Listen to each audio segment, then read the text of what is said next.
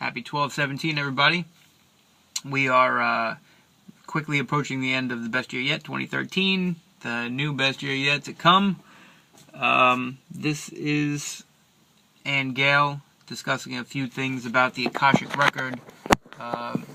Some of those being where do pets fit in, and others being our evolution now that the sun is going through its changes and making things a lot more evolved around the world, and multi-species, animals are starting to also evolve. Alright, I'm sorry, I'm trying to mess with this so you get a better microphone. Alright, here we go. Let's go.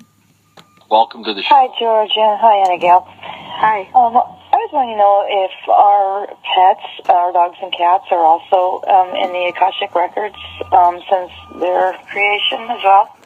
Yes, absolutely. Okay, thank you. Yeah, tell us a little bit more about the animal life there.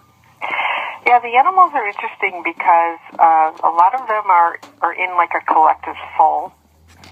Like, for example, giraffes would have their own soul family and zebras would have their own. So they evolve as a collective movement, actually. But you can, when people lose pets or whatever, and they're in their records, and I can see their pet, I can see what their pet is doing. You can read all of that. That's there, just like you can with people who've crossed over. But we do have both things going on. We do have evolvement going on. Species do evolve and they change over time, and groups of souls come here to, and this is true of animals, to do certain things or perform certain functions as a group for a period of time on the earth. But right now we're in an interesting time because animals are changing too. And you see that because you're seeing more and more videos of animals that would be natural enemies being friends, and a lion nurturing a dog or vice versa. You're seeing a lot of things like that. So animals are changing as well. This is the time for really all the species to change: plant life, animal life, humans. So that's what I can tell you about animals. This change, this metamorphosis that all of us will be going through, that need to go through in order to get more perfected and to happen. Is it a done deal? I mean, are we going to be saved on this planet, or one day is it going to all collapse around us? Well, okay, that's a big question, George, because no, we're not all going to be magically saved. I mean, we have to work at this. Every one of us is part of this movement, and every one of us has a chance to evolve. Now, we are being catalyzed by stuff that's going on in the cosmos and the sun. I mean, it is triggering DNA activations, and it's having certain species die out and other ones come on board. All true. So you are watching a catalyst from outside. But in terms of the human and its capabilities, which is complete God realization, that's something that's an internal process for each person, and that takes a while. So I think we have an opportunity now more than ever before to have more of those higher senses turned on, and we see that evidenced in the new kids that are here, that, obviously the race has evolved.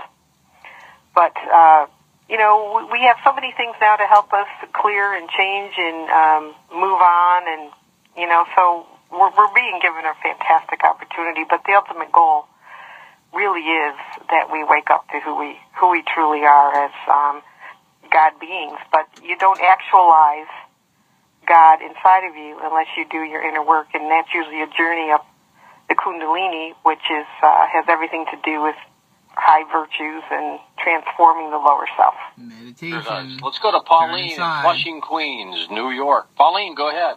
She just answered my question practically without me even asking it. It's funny. But I was going to ask her, because I do agree with her that we are supposed to be responsible. It's like an ascension process, right? We're going through right now that we're all going to do our work. And when we all are at peace in our hearts, then, like you had predicted, but said that in 2018, you see a big shift, hopefully.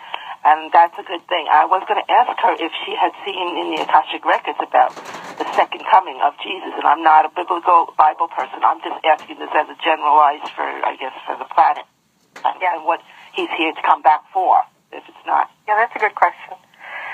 I have not seen Jesus physically coming back to Earth. What I did see in 2012, though, at the end of the year, is I saw a huge doorway open that Jesus opened. I literally saw him in the cosmos, almost as if he was suspended what we would consider space, even though I think it was more the picture, but he opened the door. And what's interesting is that he was not a cause of the opening, but he was opening it. In other words, the influx actually came from the Creator, from Source.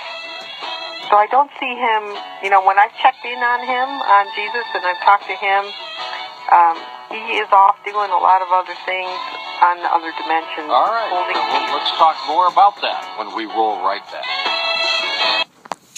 And then he proceeds to let the music play for 30 seconds plus, because God forbid his outro be messed up, because she's in the process of talking about when she checked in on what Jesus was doing in the other dimension. George vexes me. He vexes me every day, and it's really hard not to judge, because I just want him to know that he needs to listen more to the conversations that he's having with these people. Stop paying attention so much to getting another caller on. Let me get another caller on, even if the next caller might not be a good call. I just gotta in and out, get the next thing going. It's just so annoying. Let the good people speak and be heard. Anyway, that's it. So floss, stretch, yoga, you guys know. All right, enjoy every day, kids. Again with the kids, always with the kids. You're not kids, you're humans. Humans, God, man, put together. Later, humans. See you on the other side in the sleep world. All right, later.